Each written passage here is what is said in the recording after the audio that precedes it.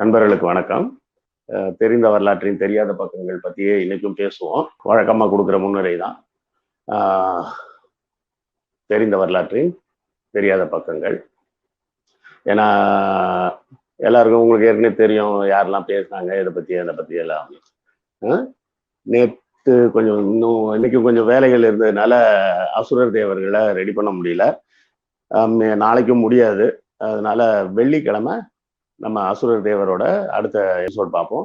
வழக்கம் போல ஞாயிற்றுக்கிழமை அதுக்கு அடுத்த எபிசோடையும் பார்ப்போம். ஸோ இன்னைக்கு தெரிந்த வரலாற்றின் தெரியாத பக்கங்களையே தொடர்ச்சியாக போவோம். நேற்று 2 நாளாக கேரளாவை பற்றி தான் பேசிக்கிட்டு இருந்தோம். நாயர்களுக்கு தரவாடுன்னு ஒரு பிரச்சனையை கொடுத்தாங்க. நம்பூதிரி பெண்களுக்கும் அந்தர்ஜனம் அப்படிங்கிறவங்களுக்கு இந்த ஸ்மார்த்த விசாரம்ன்ற ஒரு எப்படிப்பட்ட ஒரு கொடுமையை பண்ணாங்கன்றதை பார்த்தோம்.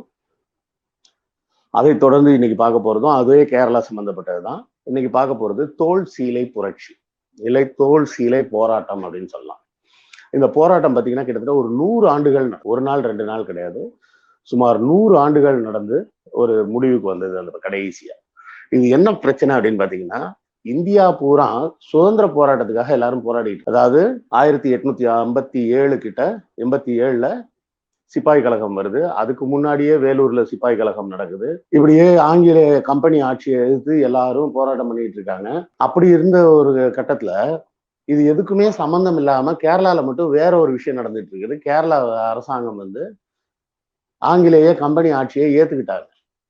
எப்படி ஏத்துக்கிட்டாங்கன்னா, நீங்க வந்து ஒரு ரெசிடென்ட் கவர்னர் மாதிரி இருந்துக்குங்க, நாங்க உங்க ஆட்சிக்கு கீழே இருந்துக்கிறோம், மற்றபடி நாங்க எங்களுடைய சமஸ்தான ஆட்சி, அதாவது கேரளா திருவிதாங்கூரோட ராஜாவோட ஆட்சியவே நாங்க தொடர்ந்துக்கிறோம் அப்படின்னு சொல்லி அவங்கள்ட்ட ஒரு சமரசம் பண்ணிட்டாங்க. அதனால கேரளா மேல ஆங்கிலேயர் படையெடுத்து எல்லாம் போகல. படையெடுத்து போகாம கேரளா அவங்க கைக்கு வந்துருச்சுன்னு வச்சுங்களேன். கேரளால ஆனா வடக்கு கேரளா பகுதியில பெரிய ஆங்கிலேயருக்கு எதிரான பெரிய போராட்டம்லாம் நடந்தது. தெற்கு கேரளால எதுவுமே நடக்கல. வடக்கு கேரளால இந்த மாப்பிளா புரட்சி அது இதெல்லாம் நிறைய நடந்தது. அதெல்லாம் பத்தி தனியா பேசுவோம். இன்னைக்கு பேச வேண்டிய இது அது கிடையாது. திருவிதாங்கூர் சமஸ்தானம் அப்படிங்கிறது இந்த கொல்லம், கொச்சி இதெல்லாம் சேர்ந்து அப்படியே இப்ப இருக்க கன்னியாகுமரியும் அதோட சேர்ந்த பகுதி தான். அப்போ வந்து அது கேரளாவோட பகுதியா இருந்தது. சுதந்திரத்துக்கு அப்புறம் இந்த தமிழ்நாடோட சேர்ந்துருச்சு. இந்த கன்னியாகுமரியில இருந்து எல்லா கேரளா பகுதியிலையும் சேர்த்து ஒரு இனம் இல்லை, கிட்டத்தட்ட ஒரு 18 சாதிகளை டோட்டலா எல்லாருமே தீண்டத்தகாதவர்கள் அப்படின்னு ஒதுக்கிட்டாங்க. கேரள சமஸ்தானத்துல நம்ம ஏற்கனவே சொன்னதுதான். நம்பூதிரிகள், அம்பலவாசிகள், தம்பிரான் குடும்பம், அதுக்கு அடுத்தால நாயர் குடும்பங்கள், இவங்களை தவிர இருந்த ஒரு 18 வகையான சாதிகள் அனைத்துமே தீண்டத்தகாதவர்கள். அதுக்கும் தாண்டி இருந்தவங்க எல்லாம் காட்டுவாசிகள்ன்ற மாதிரி ஒதுக்கிட்டாங்க. அப்படி ஒதுக்குனது மட்டும் இல்லாம அங்க இருந்த ஒரு கடுமையான சட்டத்திட்டம் என்ன அப்படின்னு பாத்தீங்கன்னா, ஆணாக இருந்தாலும் சரி பெண்ணாக இருந்தாலும் சரி இடுப்புக்கு மேலே உடை அணியக்கூடாது. இன்னைக்கு நம்ம லைவ்ல இருந்த பிக்சரே பார்த்திருப்பீங்க. பெண்களே மேலாடை இல்லாம இருந்ததை பார்த்து, பெண்கள் வந்து இடுப்புக்கு மேல மேலாடை இல்லாம இருந்தாங்களா அப்படின்னா, நீங்க என்ன சொல்றது பார்த்தா ஆப்பிரிக்க பழங்குடிகளோட சில வீடியோ எல்லாம் பார்த்த மாதிரி இருக்குது அப்படின்னு நீங்க கேட்கலாம். அப்படிதான் வச்சிருந்தாங்க. இங்க யாரும் பழங்குடிகள்லாம் இல்லை, மனிதர்கள் நாகரிகமான உலகத்துலதான் வாழ்ந்துட்டு இருந்தாங்க. அப்படி நாகரிகமான உலகத்துல வாழ்ந்துகிட்டு இருந்த 19ஆம் நூற்றாண்டுல 17ஆம் நூற்றாண்டுல 18ஆம் நூற்றாண்டு, அதுக்கு முன்னாடியே இருந்தது. இதை நான் சொல்லக்கூடிய அந்த போராட்டம் ஆரம்பிச்சது 19ஆம் நூற்றாண்டோட தொடக்கத்துல 1813 கிட்ட ஆரம்பிக்குது. அது முடிவுக்கு வர்றது 1915 கிட்ட தான் முடிவுக்கு வருது. கிட்டத்தட்ட ஒரு நூற்றாண்டு முழுக்க மக்கள் போராட்டம் பண்ணியிருக்காங்க. எதுக்காக போராடி இருக்காங்க? வேற எதுக்காகவும் இல்லை, நாங்களும் இடுப்புக்கு மேல் உடை அணிவோம் அப்படின்னு கேட்டு அந்த ஒரு உரிமைக்காக. அப்ப பாத்தீங்கன்னா என்னெல்லாம் சட்டம் வச்சிருந்தாங்கன்னா, முலக்கரம் அப்படின்னு, முலக்கரம்னா முலைக்கான வரி, மீசைக்கரம், ஏணிக்கரம், ஏணி தூக்கிட்டு போயிடும். அதாவது இப்ப ஒரு பனை ஏறி மேல இருந்து நுங்கெல்லாம் பறிக்கணும் அப்படின்னு சொன்னா அதுக்கு ஏணி எடுத்துட்டு போவாங்க. ஏணி எடுத்துட்டு போனா அந்த ஏணிக்கு ஒரு வரி கட்டணும். மீசை வச்சிருந்தாங்கன்னா மீசைக்கு வரி கட்டணும். அவங்க ஏரியாவுக்குள்ள மட்டும், அதாவது இப்ப மேல் ஜாதிக்காரங்க இருக்கிற ஏரியாவுக்குள்ள சில சாதிக்காரங்களை உள்ளேயே அனுமதிக்க மாட்டாங்க. அதாவது ஒவ்வொரு சாதிக்கும் ஒரு தூரம் வேற வச்சிருந்தாங்க. அதாவது ஒரு குறிப்பிட்ட சாதியா இருந்தா 32 அடி தள்ளி நிக்கணும், இன்னொரு சாதியா இருந்தா 64 அடி தள்ளி நிக்கணும், இன்னொரு சாதியா இருந்தா 128 அடி தள்ளி நிக்கணும். வேற ஒரு சாதியா இருந்தா அவங்க கண்ணிலே படக்கூடாது. நான் பேர்லாம் குறிப்பிட விரும்பல. நீங்க அப்படி பேர் தெரிஞ்சுக்கணும்னு விருப்பப்பட்டீங்கன்னா நெட்ல தேடி பாருங்க. நிறையவே உங்களுக்கு விவரங்கள் கிடைக்கும். இது ஏன்னா பேர்களை குறிப்பிடும்போது என்ன ஆகுதுன்னா ஒவ்வொருத்தரும் உடனே எனக்கு மனசு புண்படுதுன்றாங்க. மனசு புண்பட்டா என்ன பண்ண முடியும்? வரலாறு தெரிஞ்சுக்காம இருந்தீங்கன்னா கடைசியில இப்போ இருக்கிற முட்டாள்தனம் தான் நடக்கும். இந்த தோல் சிலை போராட்டம் 100 ஆண்டுகள் நடந்தது கன்னியாகுமரி மாவட்டத்துல. இன்னைக்கு கன்னியாகுமரியில தான் வந்து எல்லாருமே வந்து ஆர்எஸ்எஸ் தான் பெஸ்ட்ன்னு சொல்லிட்டு இருக்காங்க. அவங்களுடைய அறிவு திறமையை எப்படி பாராட்டுறதுன்னு எனக்கு தெரியல. அப்போ வரலாறு தெரியாம போனதுனால வந்த ஒரு பிரச்சனை தான் இன்னைக்கு வந்து ஆர்எஸ்எஸ் பெஸ்ட்ன்னு சொல்லி அதே கன்னியாகுமரி மாவட்டத்துல சொல்லிட்டு இருக்கிறாங்கன்னா அவங்க மூளை எவ்வளவு தூரம் மூளை சலவை செய்யப்பட்டிருக்கு அப்படிங்கிறத நம்ம புரிஞ்சுக்கணும். இதை புரிஞ்சுக்கிறதுக்கு இந்த வரலாறை நம்ம தெரிஞ்சுக்கணும். இந்த வரலாறு என்ன? ஆணோ பெண்ணோ காலில் முழங்கால்னு சொல்லுவாங்கல்ல, அந்த பாதத்துக்கு மேல ஒரு சின்ன முட்டி மாதிரி இருக்கும் பார்த்தீங்களா, 2 சைடும். அந்த முட்டி வெளியே தெரியணும், இடுப்புக்கு மேல வெளியே தெரியணும். அதுக்கு கீழே உள்ள பகுதிகளை மட்டும்தான் மறைக்கிற மாதிரி உடை அணியணும். அந்த இடுப்பு கீழே கட்டுற வேஷ்டி கூட பாதத்தை மறைக்க கூடாது. அந்த முழங்காலத்தை காட்டணும். எதுக்காக காட்டணும் அப்படின்னா, அங்க ஏதோ நகை போட்டிருப்பானா, கொலுசு கிலுசு போட்டிருப்பாங்களோ அந்த பொம்பளைங்க அப்படின்னு பாக்குறதுக்காக. நீங்க இப்ப கூட நினைப்பீங்க தென்னிந்தியால, தென் தமிழ்நாட்டுல பல கோயில்கள்ல பாத்தீங்கன்னா, உதாரணத்துக்கு திருச்செந்தூர், சுசீந்திரம், இந்த மாதிரி எல்லா கோயில்கள்லயும் பாத்தீங்கன்னா உள்ள போகும்போது சட்டையை கட்டிட்டு உள்ளவா அப்படிம்பாங்க. உள்ள ஐயர் மட்டும் இல்ல, சாமி கும்பிட போறவங்களையும் சட்டையை கட்டிட்டு உள்ளவான்னு சொல்லுவாங்க. உடனே ஏதோ சாமிக்கு முன்னாடி சட்டை போடக்கூடாது, மரியாதை இல்லாம இருக்கும்னு சொல்லிட்டு அதுக்காக போட கட்ட சொல்றாங்கன்னு நினைச்சுப்பீங்க. அதெல்லாம் கிடையாது.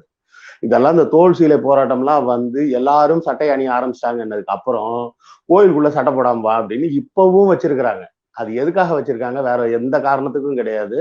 நீங்க பூணூல் போட்டிருக்கீங்களா இல்லையான்னு பாக்குறதுக்காக மட்டும்தான். சுசீந்திரம், கன்னியாகுமரி மாவட்டம், திருச்செந்தூர், இன்னும் திருச்செந்தூர் முருகன் கோயில்ல கூட நான் கடைசியா நான் அந்த பக்கம் போனது வந்து ஒரு 10 வருஷம் 12 வருஷம் இருக்கும். ஆனா அந்த 10 வருஷம் முன்னாடி போனப்ப கூட அதே சட்டத்திட்டம் தான். சட்டையை கழட்டிட்டு தான் கோயிலுக்குள்ள வரணும். சட்டையை கழட்டாம கோயிலுக்குள்ள வரக்கூடாது. நான் எதுக்கு போனேன்றீங்களா? வேற ஒண்ணும் இல்லை. என் பையன் பிறந்தப்ப எங்க குடும்பத்துல எல்லாரும் போட்டு வற்புறுத்தி அங்கதான் போய் ஆகணும், அங்க போய் மொட்டை அடிச்சு ஆகணும் அப்படின்னாங்க. அவங்க மாத்த முடியலனாலும் குறைஞ்சபட்சம் என் குழந்தைய கூட நான் இருந்தாதான் அமைதியா இருப்பான்ட்டு தான் நானும் போயிருந்தேன். ஆனா நான் கோயிலுக்குள்ள எல்லாம் போகல, நான் வெளியில தான் இருந்தேன். அவங்க போயிட்டு வந்தாங்க. இப்பவும் நான் வந்து என் குடும்பத்தாரில் யார்ட்டையுமே வந்து இதே கருத்தை நான் பேசிக்கிட்டே தான் இருப்பேன். நாத்திகம்ன்றது வந்து பகுத்தறிவுன்றது வந்து பகுத்து அறியறது, ஒரு நம்பிக்கையை உருவாக்குறது கிடையாது.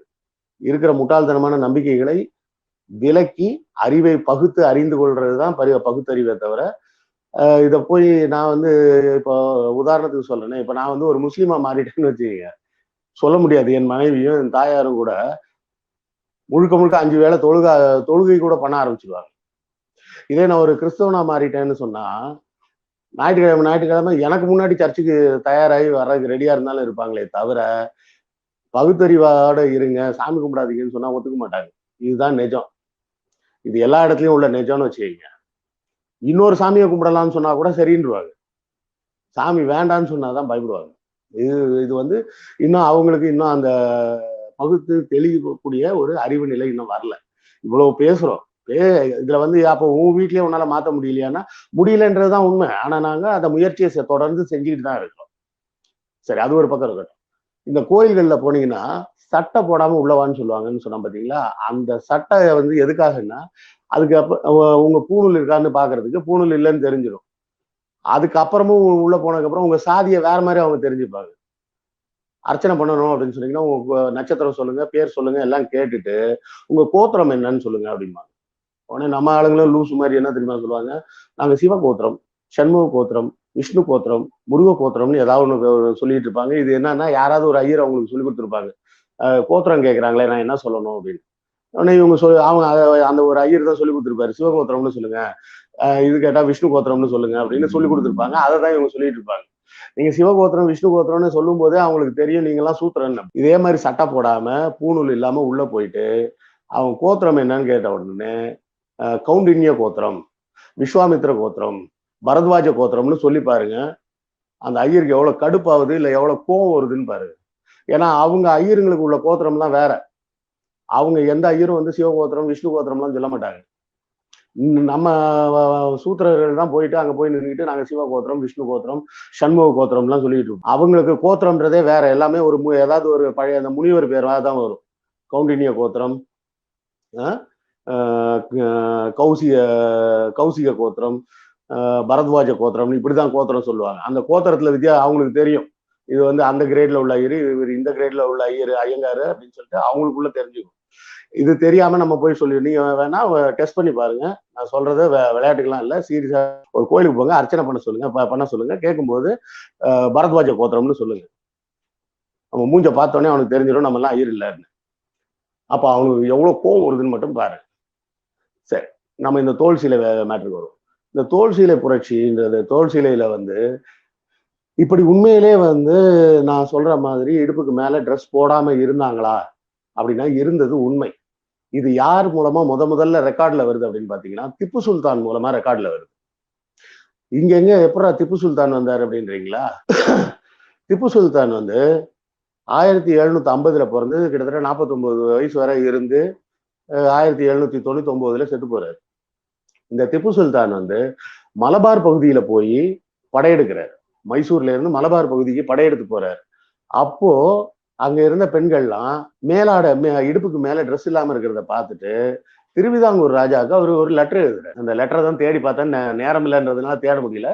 இன்னொரு சந்தர்ப்பத்துல தேடி பார்க்குறேன். இல்லை நீங்களே கூட letter of Tipu Sultan to Travancore கிங்னு போட்டு பாருங்க, ஆட்டோமேட்டிக்கா கூகுள்லயே வரும் அந்த லெட்டர். என்ன லெட்டர் போடுறாருன்னா, ஏன் உங்க நாட்டு பெண்கள் ஆம்பளைங்களா அவர் கண்டுக்கல. ஆம்பளைங்க விவசாய வயல்ல வேலை பார்க்குறவங்க எல்லாம் அப்படிதான் இருக்காங்க போலன்னு நினைச்சிட்டு விட்டாரு போல. ஆனா அவர் ஒரு இஸ்லாமியர்ன்றப்ப பெண்கள் வந்து முழுக்க புர்கா போட்டிருப்பாங்கன்றத அவரோட கலாச்சாரத்துல பார்த்ததுனால இந்த மதத்துல இருக்கிற பெண்கள் வந்து மற்ற பெண்களையும் அவர் பார்த்திருப்பாரு.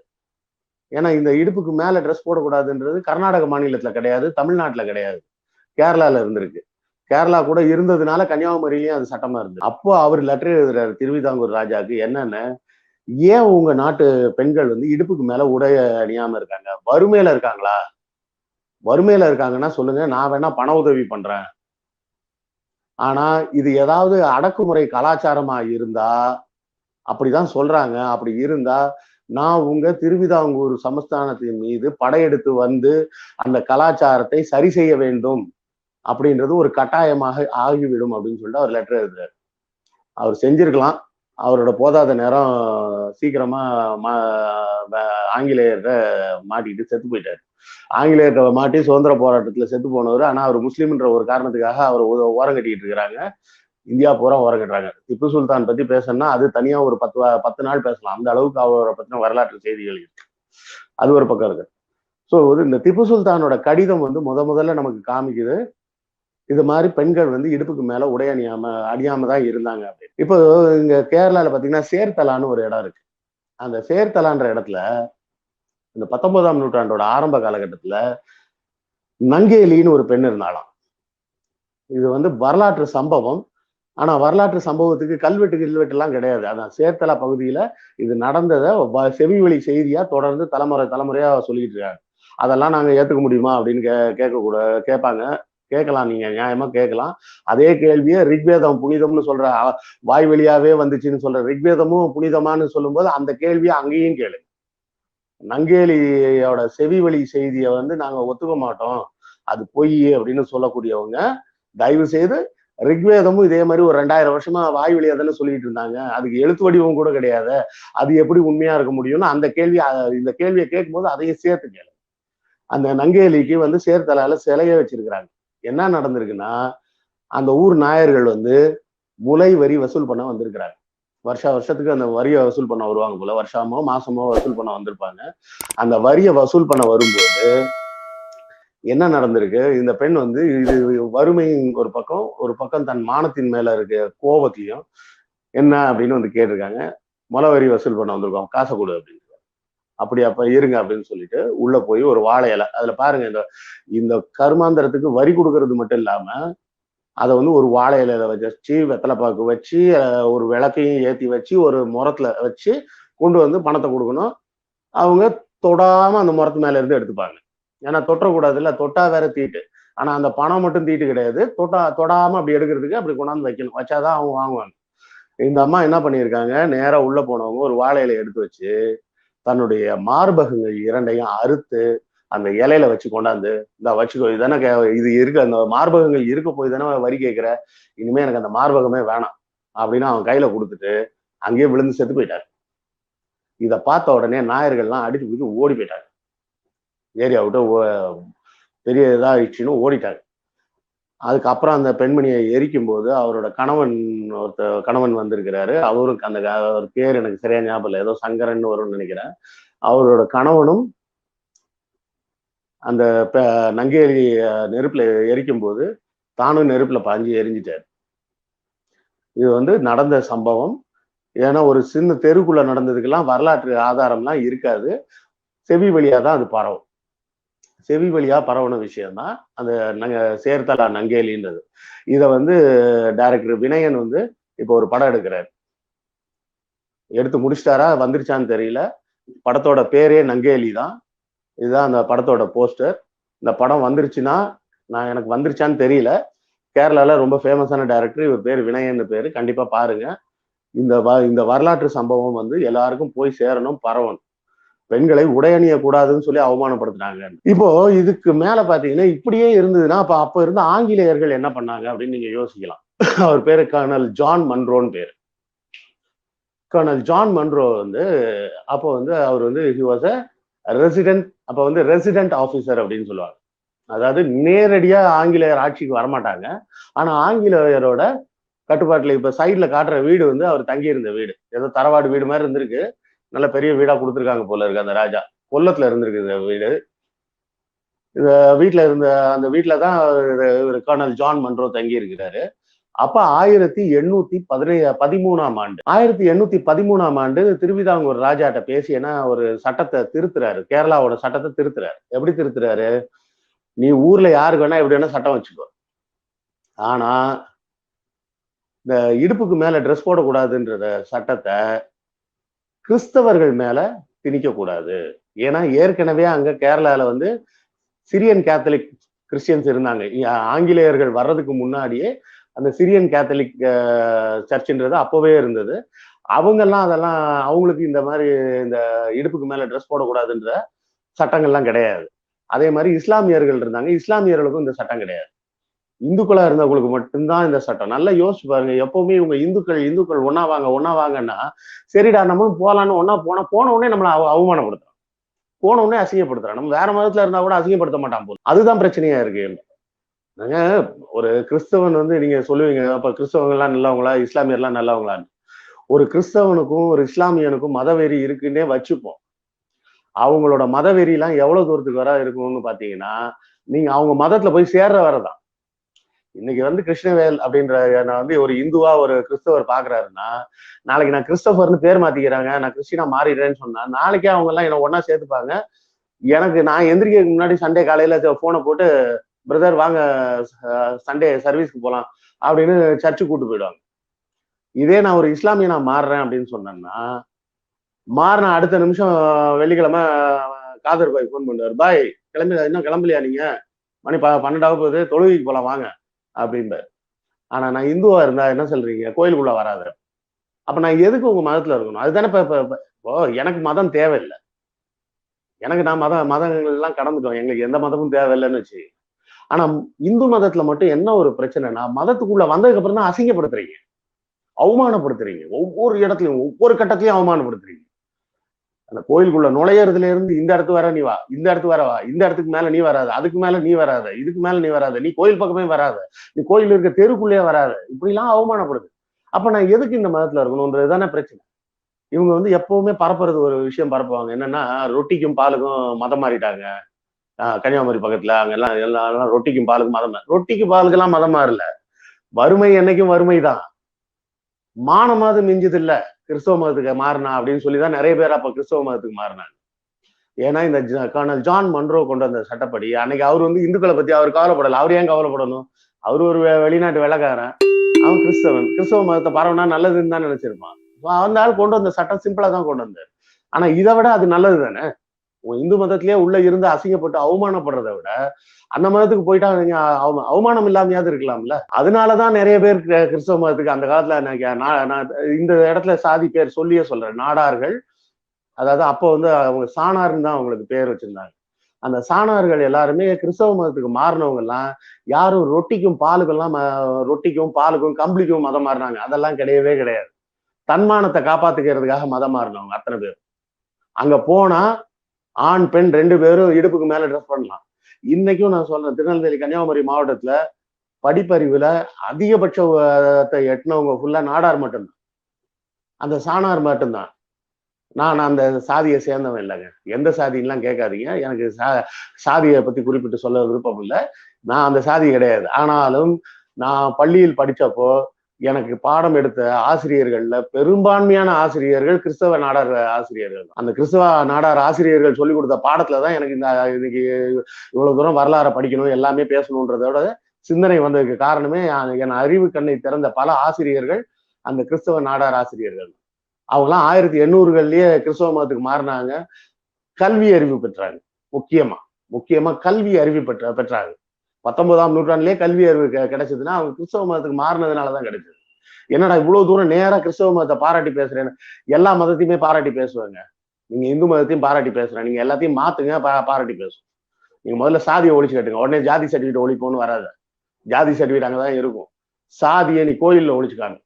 கோயில்ல கொண்டாந்து எல்லா ஜாதிகாரங்களையும் அர்ச்சகராக, அதுக்கப்புறம் நம்ம அது சாதி ஒழிக்கிறது என்னன்றதை பத்தி பேசுவோம். பிசி இடஒதுக்கீடு ஒழிச்சு கட்டிடுவோம். இந்த பாடத்துல இருந்து தூக்கிட்டா ஜாதி இல்லாம போயிடும். என் வெள்ளைக்காரன் வர்றதுக்கு முன்னாடி பேப்பர்லாம் கண்டுபிடிக்கிறதுக்கு முன்னாடி ஜாதி எங்க இருந்தது? ஜாதி அங்கேயேதான் இருந்தது. அதுல இங்க பிரச்சனை என்னன்னா, இவங்க வந்து இந்த மதத்துக்குள்ள வந்த உடனே அசிங்கப்படுத்துறாங்கன்னு சொன்னா பாத்தீங்களா? அப்ப நிறைய பேர் கிறிஸ்தவ மதத்துக்கு மாறினாங்க. அந்த கர்னல் ஜான் மன்ரோ இதை பத்தி கவலைப்படலை மற்ற மதத்துல காரங்களை பத்தி. அவரு என்ன நினைச்சாரு, இது ஒரு வாய்ப்பா இருக்கட்டும்னு நினைச்சு விட்டுட்டு போயிட்டாரு போல. ஆனா அதுக்கப்புறம் சுமார் ஒரு 30-40 வருடங்கள் பாத்தீங்கன்னா கன்னியாகுமரியை சார்ந்த நாடார், அதுக்கு பேரே வந்து சாணார் கலகம் அப்படின்னு தான் பேர் வரலாறுல. தமிழ்ல பாத்தீங்கன்னா ஆங்கிலத்துல சாணார் ரெவல்யூஷன் அப்படின்னே இருக்கு.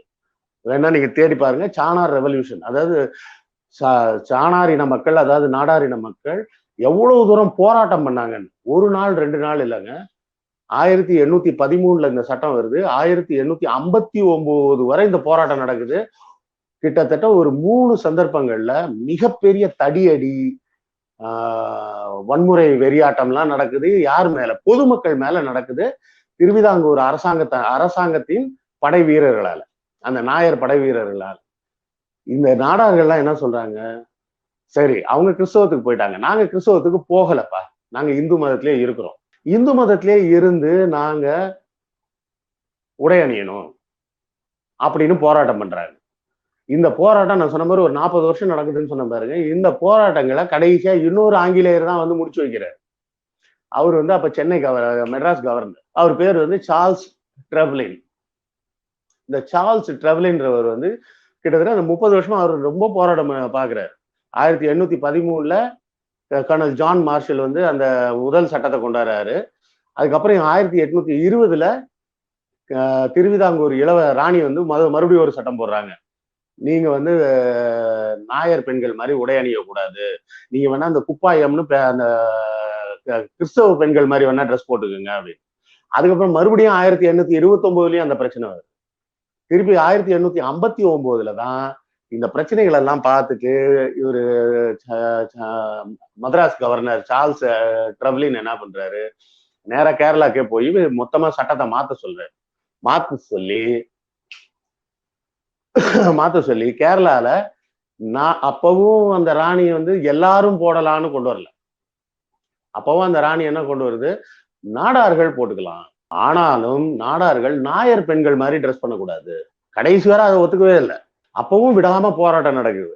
இந்த மாதிரி போராட்டங்கள்ல அப்போ வந்து மிகப்பெரிய ஆளுமைகளா ஒரு 3 பேர், அதை குறிப்பிட்டு சொல்லக்கூடியதா ஒரு 3 பேர் அங்க வர்றாங்க. ஒருத்தர் வந்து ஐயா வைகுண்டர், இன்னொருத்தர் நாராயணகுரு, இன்னொருத்தர் ஐயன் காளி. இவங்க எல்லாரையும் பத்தி ஒவ்வொருத்தரையும் கொஞ்சம் கொஞ்சமா சொல்றேன். இதுல முதல்ல பாத்தீங்கன்னா ஐயா வைகுண்டர். இவர் தான் வந்து முதல்ல மதத்துல ஒரு புரட்சியை கொண்டு வர்றாரு. என்ன சொல்றாரு, இந்துக்களாவே இருங்க.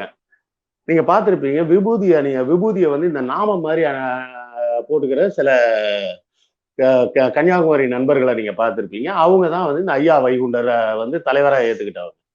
அவரு வந்து உண்மையை சொல்ல போனா தந்தை பெரியார் மாதிரி ஒரு சமூக சீர்திருத்தவாதி. அதுதான் எனக்கு ஒரு சின்ன மனசு கஷ்டம்.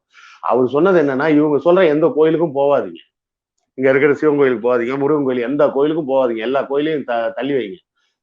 சாமி கும்பிடணுமா, வெறும் கண்ணாடியை பார்த்து கும்பிடுங்க. உங்களுக்கு எதையாவது பார்த்தாதான் கும்பிட முடியும் அப்படின்னு தோணுச்சுன்னா ஒரு கண்ணாடியை பார்த்து கும்பிடுங்க அப்படின்னாரு. கண்ணாடியில தெரியக்கூடிய உங்க முகத்தை பார்த்தே கும்பிட்டுக்குங்க அப்படின்னு சொன்னாரு.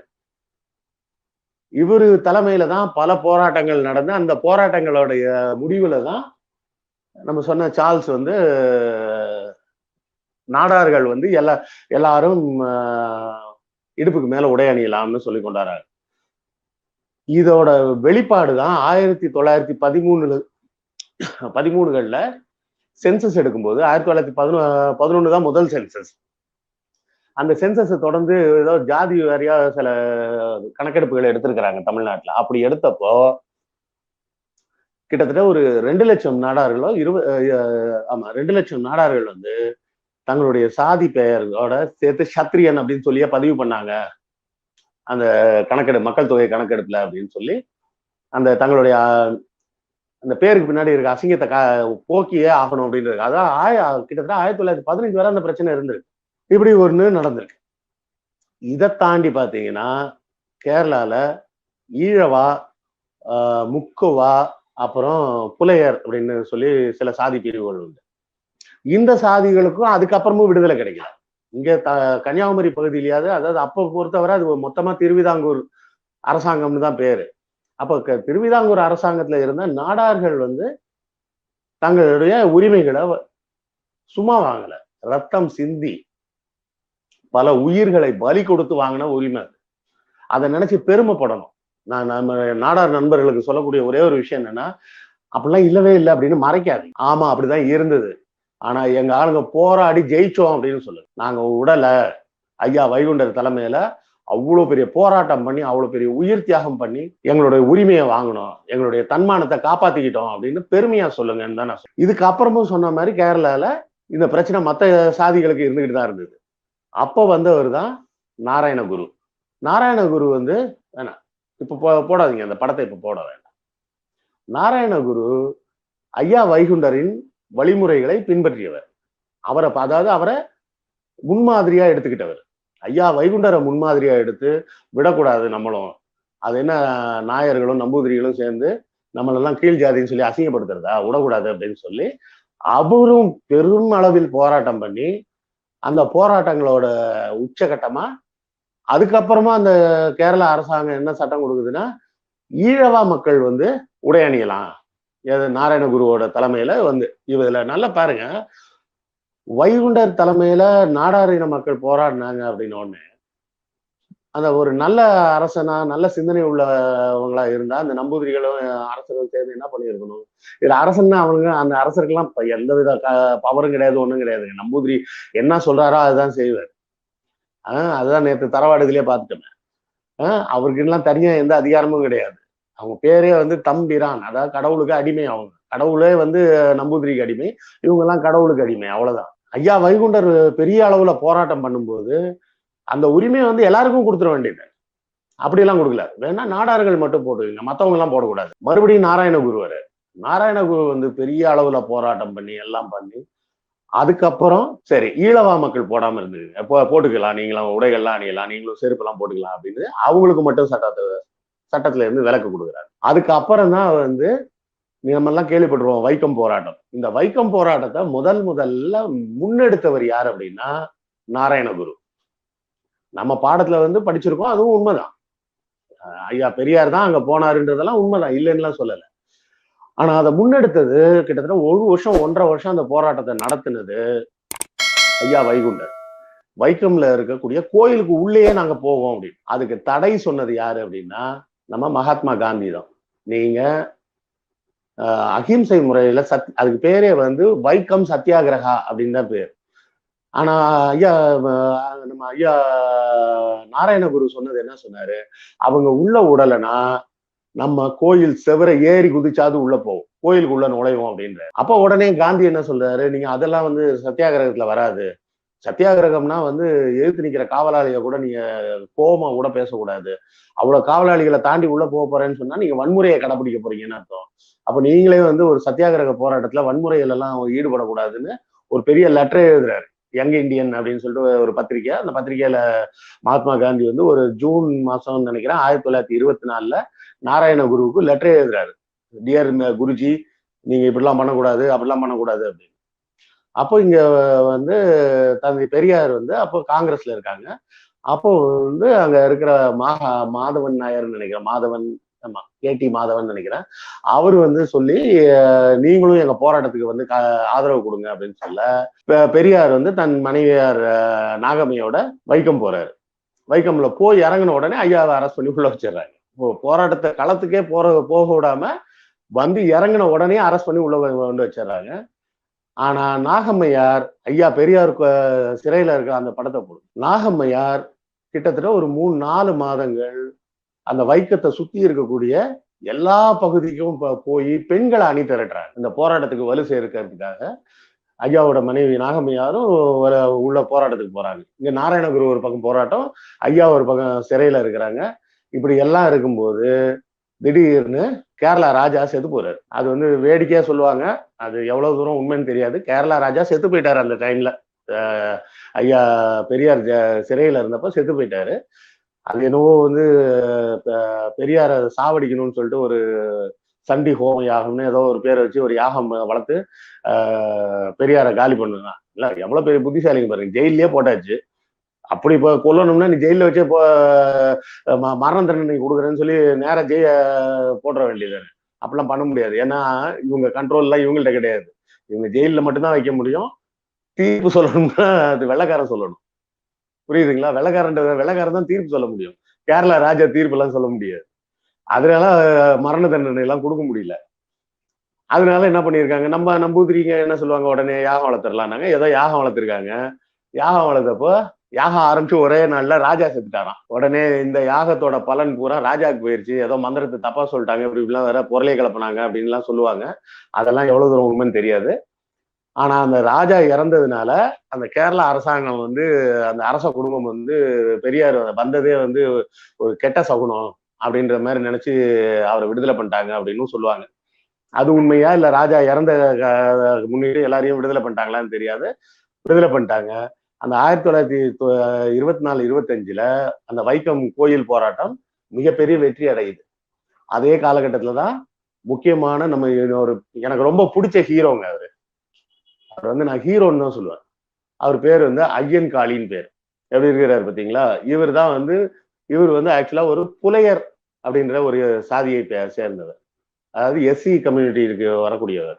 ஆனா அந்த காலத்திலேயே ஊருக்குள்ள எப்படி போவாரான்னா, ஷெர்வானின்னு இப்ப நம்ம மோடி எல்லாம் போடுறாருல அந்த மாதிரி ஒயிட் கலர்ல ஃபுல் ஷெர்வானி மாதிரி போட்டு ஒரு கோட் போட்டு சூப்பரா ஒரு மீசை வச்சு காது ரெண்டுலயும் நல்ல கல் வச்ச கடுக்கன் போட்டு தலையில ஒரு பட்டு அங்கவஸ்திரத்துல ஒரு டர்பன் கட்டிக்கிட்டு இந்த அவருக்கு இப்படி ஒரு சிலை கூட வச்சிருக்கிறாங்க. இந்த இந்த நிக்கிற மாதிரி இருக்கிற சிலை வந்து இந்திரா காந்தி அம்மையார் வச்ச சிலை கேரளால.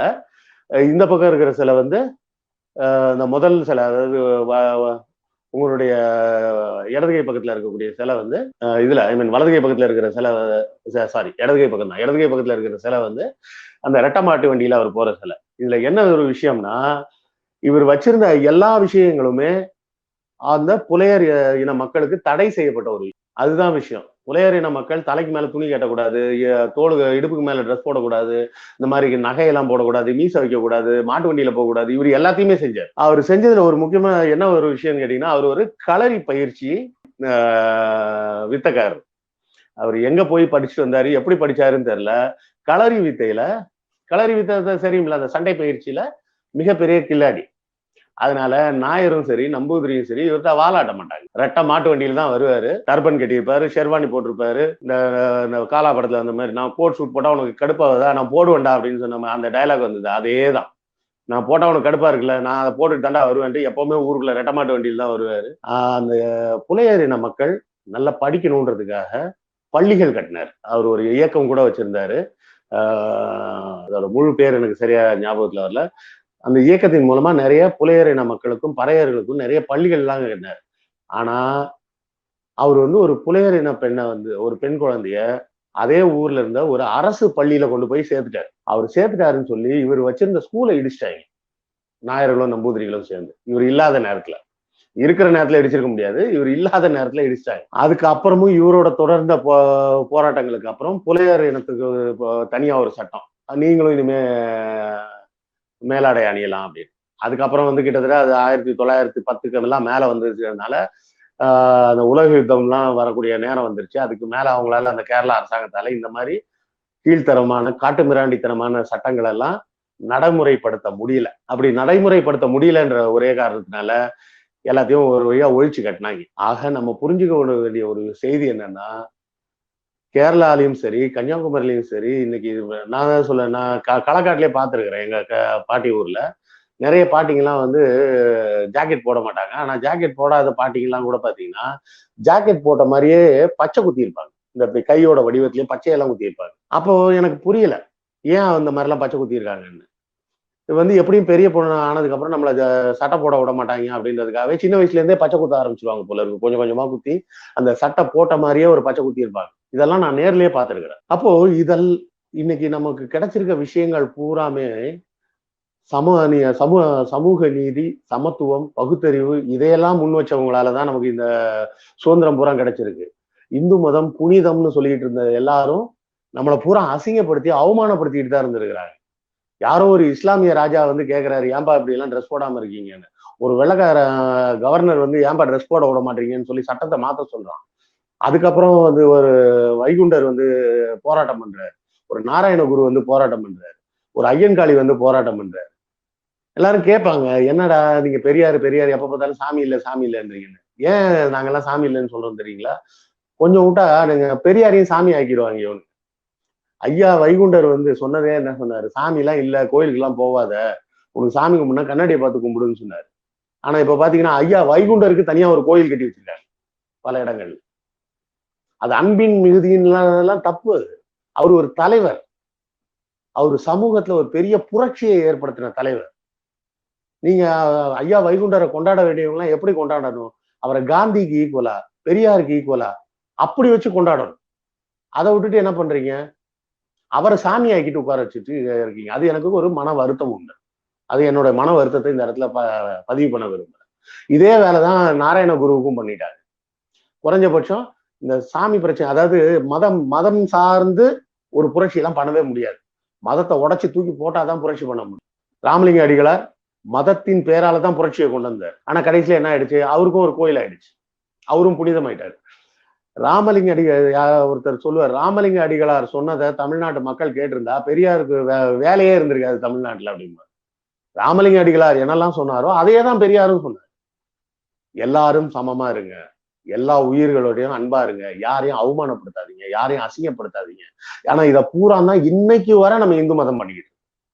இந்து மதம்ன்ற பேர்ல என்ன நடக்குது, அடுத்த பக்கத்துல இருக்கிறவன அவமானப்படுத்துறது மட்டும்தான் முக்கிய வேலையா செஞ்சுட்டு. ஆக இந்த மேலாடை அணிவது நமக்கு சும்மா கிடைக்கல, ரத்தம் சிந்தி உயிர்கள் போய் கைகால் உடைஞ்சு பல தியாகங்களுக்கு பின்னாடிதான் கிடைச்சது. இதை நம்ம நினைவில் வைத்துக்கணும். நாளைக்கு தொடர்ந்து பாலக்காடை பத்தி பேசுவோம். பாலக்காட்டுல நம்பூதிரிகளுக்கும் ஐயர்களுக்கும் ஒரு கோல் விழுந்தது. அந்த கோல் வாங்கின மேட்டர் என்னன்றதை நாளைக்கு பேசுவோம். நன்றி, வணக்கம்.